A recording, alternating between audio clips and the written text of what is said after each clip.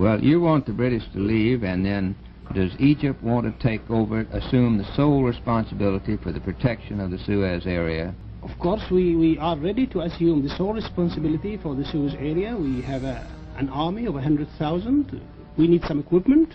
With this equipment, we could be ready to defend our country. And I can assure you, the country can and defend its territory better than any other foreigners. Do you plan to expand your military power in Egypt? Well, this is limited to our possibilities of budget and so forth, but you know, our population is 21 million inhabitants. We could raise up to 1 million soldiers. Well, that brings us to perhaps the most interesting point, sir. Here in America, our policy for a long time has been to expand the military power in the Middle East.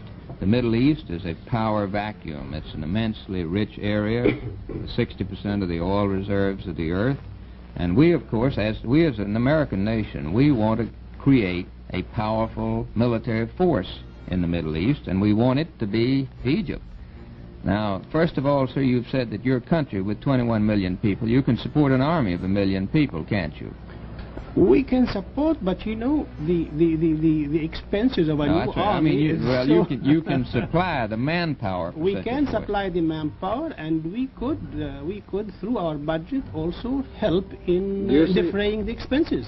Mr. Some of the expenses. Do you see any signs that American policy will be to equip your troops with arms if you expand your armed forces? Well, I really can't speak on the American policy, but... I say, do you see any signs that that might happen?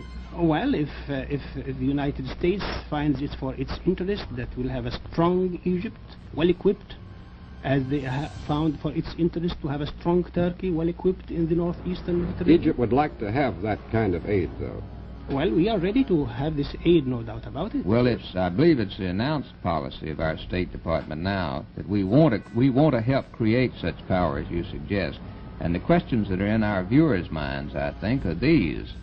First of all, how dependable would a strong Egypt be in the conflict between the West and Russia? Would you be a dependable ally? We have been always dependable during the last 2 world wars. In the First World War, we rendered a great service to our friends, the Western powers. Of course, I suppose. In the last World War, we did the same thing.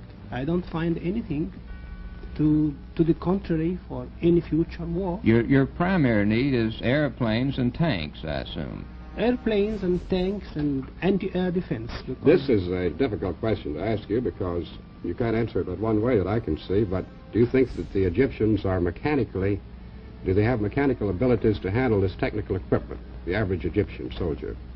The British Suez base is mainly run by Egyptian mechanics, and they have a special capacity in mechanics there, and we can find the people there who could do this job very easily. Mr. Ambassador, just looking ahead a little bit, suppose you have your army of 1 million, and suppose they're equipped and supplied by the Americans, and maybe you get your training, some of your help in that way. Is there any chance at all of this big armed force being used aggressively against Israel? I don't think there is any chance at all of that sort, because we need the army for our defense, for the defense of our country. And we have no aggressive intentions whatsoever against anybody. And you know that in 1950 there is a joint declaration of France, Britain and the United States guaranteeing the whole status quo there, and nobody could attack the other.